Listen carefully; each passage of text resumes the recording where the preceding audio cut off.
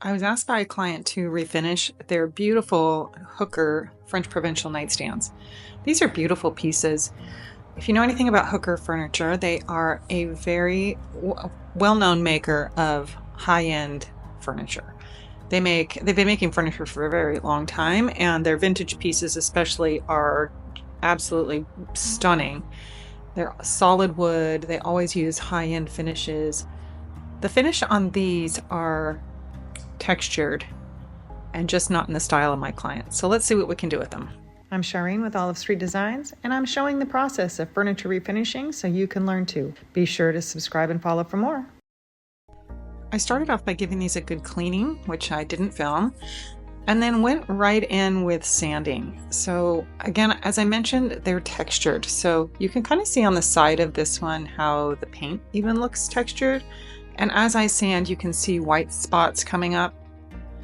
It's because the manufacturer distressed these, and the finish they put on there was chunky in some areas, like it had been brushed, really, it was intentional, but it had been brushed on so that there was highs and lows. So now you can start to see some of those white areas as I'm sanding. I didn't realize when I first was commissioned for these that there would be so much sanding involved because of the texture. Like, you can't see it from afar. But once you get into it, you see, oh my goodness, these required a lot of sanding to smooth everything out. So I did a lot of, rub your hands over it, make sure it's smooth, and then sand it some more. There was a sand more and sand more. That was the theme of these for quite some time. So I used multiple sanders and I got this one all smoothed out. Now it's getting cleaned up.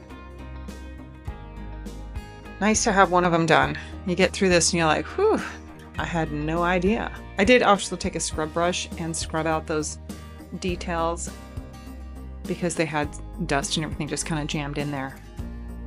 Okay, it's got to get ugly before it gets pretty. That's the theme of this one. I got the second one up on the table and I noticed, I started looking at it and I'm like, what is that? Oh my goodness. This leg has a huge crack that went all the way through. As I move it, you can see it flex. The owners of this piece had no idea that this leg was even cracked. It was not just a superficial crack, it did go all the way through, but I could not flex it enough to get a needle down into it. So what I did was I put a bunch of glue on there and then I flexed it some so that I could press glue in there. And I did this on all sides. I'm actually pressing in quite a lot of glue. And my trick or test, I guess, is always when I clamp it, does glue gush out? So I wanted to make sure that I have enough glue because these legs are structural. I mean, this could be an issue. But it was just tough.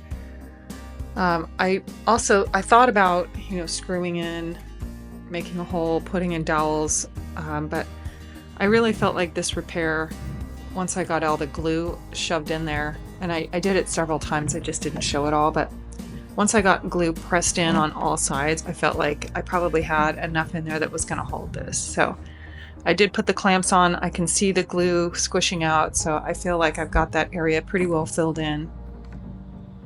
And we're just going to let that sit for a while. But now this piece has to be completely sanded, and again, taking away all the texture. So it's just sanding and feeling it and sanding it. This was the majority of the work on these pieces. It was a lot. So there's a hint. Wow. Again, the rule of it has to get ugly before it gets pretty is, boy, these really confirm it. Because these are beautiful pieces, but all that sanding just really made them look awful. So I'm taping off the back because these are new pieces. They have all the serial numbers, they have the maker on the back, everything's back there. And I just didn't want overspray back there, so I taped it all off. I also taped the sides of the drawers. It's time to set up the spray tent, so I have a lot of room to work on these pieces. Into the spray tent they go. And I'm just going to start off with a good coat of primer. Even just the primer alone made these look completely different. I just love the shape of them. That second drawer that has that detail that swoops down, I was like, this is just so cool. So good coat of primer, letting all the evenness go away, the unevenness. This is Stix Primer. It is tinted gray, although it looks white here.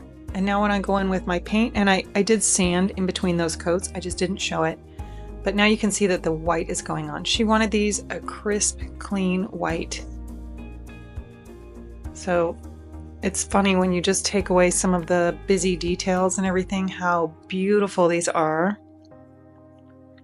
And she enjoyed them for years in the way that they were. It was just time for a change. And sometimes, you know, it's like, I love these furniture pieces, but it's time to just make them different. And I've gone through that where I've just painted all of my furniture because I wanted a different look. So this was second coat of paint going on. And after that dried, I sanded it, wiped it all back. Now this is top coat. And I'm doing several coats of top coat, one, because these are white, but also nightstands get used very heavily. And look at that beautiful top coat. I love spraying on top coat. It's just amazing. I love the finish of it. So those are going to dry. That is my final coat of top coat. And I have sprayed several layers of a spray paint. This is like an aged bronze. And now I'm going in with a clear coat to just do all the rings. I had to do the back side of the ring, and then I flip it over and do the front side.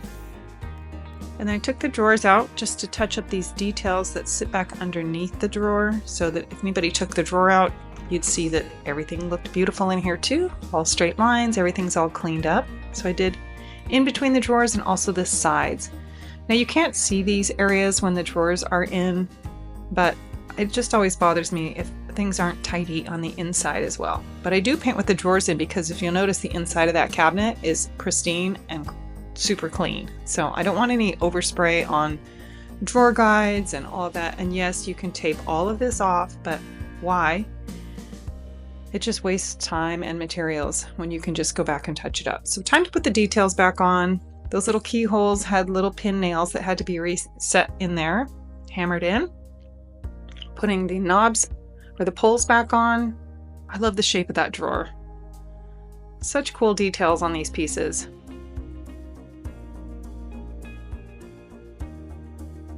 So once they all got their details back on, then it was get these ready. Here's the look back at where they started. Although super cool, just not what my client wanted. And here they are now. Just a fresh, crisp, and clean look. It really changed the aesthetic of these without taking away too much from the really cool French Provincial design. So I hope you like them. I know she just absolutely loved these, and I'm sure they'll get many more years of use. And if you'd like to watch these types of transformations, be sure to follow for more.